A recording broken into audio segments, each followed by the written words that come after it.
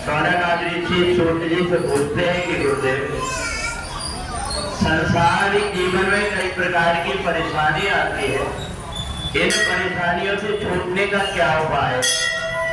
कहा भगवान शिव की पूजन दैहिक, दैविक और भौतिक तीनों प्रकार के तापों को दूर कर देती है। तो इसलिए भगवान शिव की जो पूजन करता है उसके घर में सब प्रकार के दुख दूर होकर के सुख शांति आती है। सूत जी ने पूछा कि ये बताइए भगवान शिव की पूजन कैसे करें? कहा एक बार नारद जी ने भगवान विष्णु से पूछा कि संसार में मनुष्य का जन्म तो मिल गया, परंतु बिना परमात्मा की भक्ति के जीवन बेकार रहता है, इसलिए भगवान की पूजा में मन लगे ऐसा कोई उपाय बता। उस समय भगवान शंकर ने अलग अलग 12 रूप में नारद जी को दर्शन दिया और कहा कि मैं जगह जगह पर ज्योतिर्लिंग के रूप में विराजमान होऊंगा और जो भी व्यक्ति मेरे दर्शन करेगा, मेरे ऊपर 2 बूंद जल चढ़ा देगा, उससे मैं प्रसन्न हो जाऊंगा। नारद जी ने पूछा, भोले बाबा एक बात बताइए, किसी को कोई दिन कोई महीना पर पसंद है, आपको कौन सा महीना? तो बोले श्रावण का महीना मेरे को ज्यादा पसंद है, जिसमें पानी गिरता है और मेरा जहाँ कहीं भी मंदिर बनता है पिंडी के ऊपर भी जल चढ़ते रहता है, इसलिए मेरे को श्रावण का महीना पसंद है। अब तो नारद जी ने पूछ लिया कि आपका पूजन कैसे करें?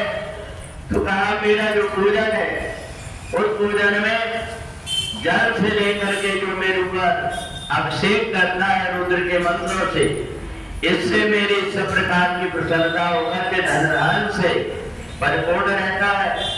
जो व्यक्ति अपनी स्वेच्छा से दूध से, घी से, शहद से, किसी फल के रस से या गन्ने के रस से अलग अलग प्रकार के पूजन करते हैं, परंतु विशेष रूप से जल चढ़ाने का महत्व है। तो जो व्यक्ति श्रद्धा पूर्वक मेरे ऊपर जल चढ़ाता है, मैं उससे प्रसन्न हो जाता हूँ। और जिस समय पर महाप्रलय होने लगा, इस सारे 12 लोगों को भगवान शिव ने अपनी त्रिशूल में रख करके काशी में उनको स्थापित किया था। इसलिए काशी एक ऐसी नगरी है जो महाप्रलय में भी डूबती नहीं है, वहां पर ज्योतिर्लिंग विद्यमान रहते हैं और भगवान शिव की जो ज्योतिर्लिंग रहती है, इसकी पूजा करने से 33 कोटि देवी और देवता सबकी पूजन हो जाती है। तो इसलिए श्रावण का महीना भगवान शंकर को अति प्रिय है, उसमें विशेष रूप से सोमवार का दिन अति प्रिय है। तो इसलिए जो भी व्यक्ति भगवान शिव की श्रद्धा पूर्वक पूजन करता है, और नारद जी ने कहा अगर किसी के पास पूजन का सामान ना हो तो बोले हाथ ऊपर करके कोई व्यक्ति हर हर महादेव कह देता है, इतने मात्र से मैं प्रसन्न हो जाता हूँ।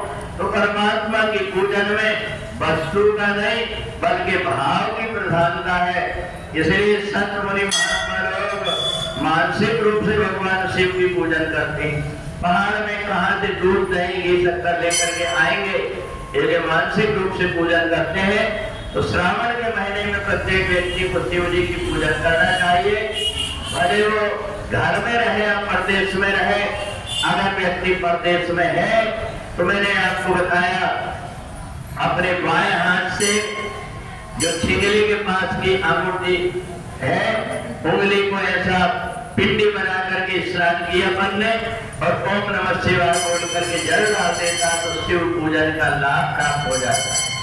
तो इसलिए आप लोग बना करके देखना, ये जो उंगली है ये अंगूठा की पास की उंगली में रख करके और दोनों उंगली को मिला दिए, शिव जी की पिंडी बन जाती है। बोलिए सच्चिदानंद भगवान की जय।